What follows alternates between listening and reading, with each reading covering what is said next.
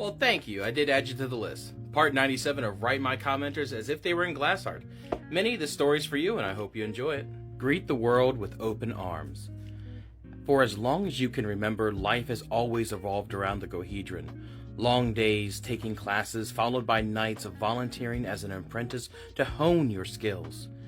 Your life has always been set up for you. Coming from a long line of glyph singers, certain unspoken expectations have always been hanging in the background, a driving force setting you on a path for success. The day of transference, where Cthulhu moved from apprentice to full members of the Gohedron, was fast approaching. A day that your life has been built up to. Every struggle and triumph led you to that stage.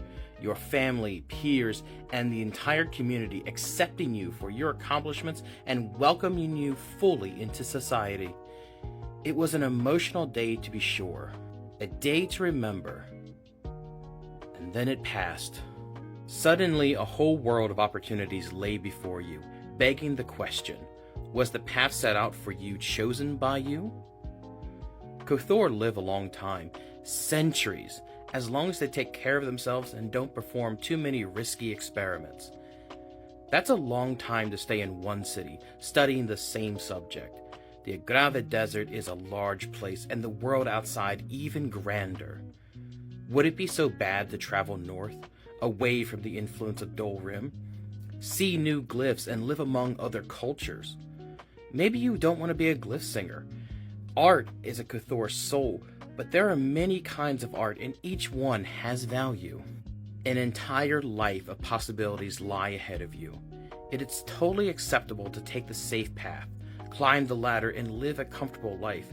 You can also take life by the reins, be risky, and see where adventure takes you. The most important thing to remember is that you get the final say in the direction you take. To live a life you can be proud of. Part 97. 3 more to go. See y'all soon. Well, of course you get one. Part 98 of Write My Commenters as if they were in Glassheart. Phantom, this one's for you, and I hope you enjoy it. To proudly serve the Braga, Dolrim's elite fighting force. Human weapons trained and branded by Ahoso herself. Agents of her will capable of taking down even the most skilled electee glyphter. Naturally, other electee lords and ladies wish to possess their own Braga. Ahoso does gift them to her most favorable, but other electee want a loyal guard all to themselves. You were handpicked from the stock of Third Sister, a promising fighter and a strategic mind to match. Your electee lord provided you with everything, training, housing, and glyphs. All you had to do was give your undying loyalty. Electee guards don't see much combat. Most attacks are done from the shadows, going after reputation and resources instead of an all-out brawl. That's not to say that you haven't had to defend your lord. Recently, he has been making many unpopular moves in court. You've had to dispatch a 3rd assassin this month alone. Your lord's enemies become bolder as he loses face in court. The last time was by far the worst. You appreciate his move for human aid, but he won't get anything done if he is dead. The next day was all hands on deck. A very special guest was stopping by. You have seen many electee in your day, but none like her. She walked in as if it was her villa. All high-standing electee has glyphs, but not her. Just those piercing blue eyes that held your gaze and looked deep into your soul. The meeting was brief, but whatever was said had your master scared. For tonight, he prepared to leave the city. Confident that no amount of Braga could compete with your squad, you prepare for war. They are not taking your lord from you. It happened so fast. There were reports of 2 glowing white orbs, then a flash of blue. In a few minutes, half your squad was gone, unalived by one assailant. That night, the Braga hadn't come. It was death incarnate. You stood by the door to your lord's chamber for one last stand. The moment you saw the Arbiter, the squad unleashed everything they could. With a swipe of its blade, the magical attacks died away, and in the moment of confusion, it was upon you. Your only hope is that it gave your lord enough time to escape. I hope you've enjoyed this story. 98 down, 2 more to go. See y'all in the next one. Well, I'm so glad I inspired you, and I wrote this for you. Part 99 of Write My Commenters as if they were in Glassheart. May the story's for you, and I hope you enjoy it. A witch like no other. Magic, the power of the Domathi, bought and sold on the streets of Dolrim. Many can call themselves glifters, users of the arcane. Very few earn the right to be called witch. For magic, it's just not a tool, it's life itself, a way to hold connection with your gods. Elio, the spark, blessed this world with holy fire, and it is your mission to cleanse Third Sister. Gangs like the Jags and 8-7 use Elio's power for perversion.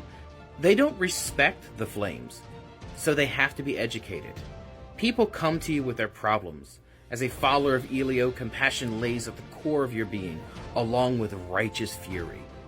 You try to resolve issues in a peaceful manner whenever possible. However, many in Third feel their power justifies their mistreatment of fellow humans. Might makes right. Glyphs certainly give power to anyone that brands their flesh with the arcane symbols. For the price of life force, anyone can brush up against the abilities of the 3 gods of Dolrim. And that's enough for most denizens. But for those that dig deeper, reach into that well of power, a world of possibilities open up. You never start a conflict, you just end them. A pile of ash is as good as messenger as any. The gangs call you a monster. The downtrodden call you a savior. Both titles you wear with pride. The world is cruel enough without everyone trying to screw over the other person. If you can make the world a bit better while you draw breath, it doesn't matter what they call you. I hope you've enjoyed this story. Part 99 is done. Next is part 100 featuring yours truly. See y'all in the next one. Writing my commenters as if they were characters in Glassheart. Part 100. Starring yours truly. Do we have to do this one? I mean, we all can go out and get froyo. Would you guys like froyo? No? Okay. I wrote the story for myself, and I hope you all enjoy it. Never lose your dreams. Growing up on the river leaves little time for a childhood. Shell dragging is a family business, collecting shells from the riverbed so that they can be cut into shims, the currency of Dolrim. The days are long, needing to be out on the water well before the sun comes out. By the time the boat pulls into the dock, all you want to do is eat a warm meal and sleep, just to start the process over again. When the harvest was good, things were fine. Sometimes there were even days when the boats pulled in early and you had the evening for yourself.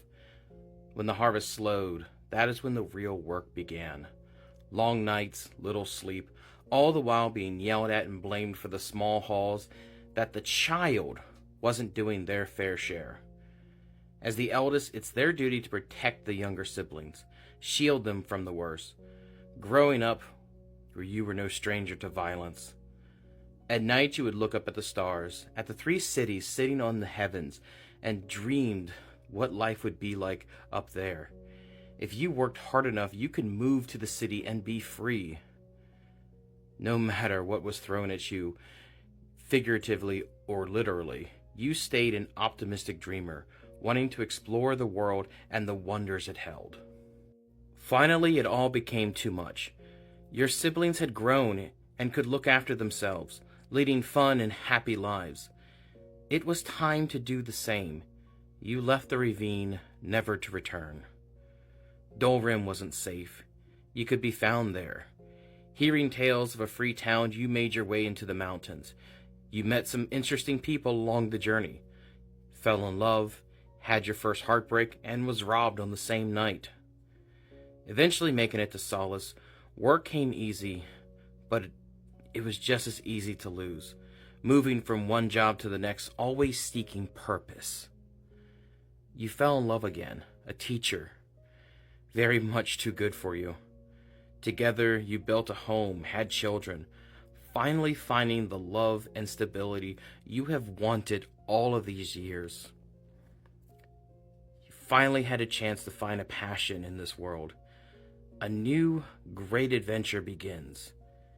And I can't wait to see where it leads. Thank you. 100 stories. It's been an amazing trip. I absolutely have enjoyed each and every one of them, and each and every one of these stories is a dear treasure to me. And all things must come to an end.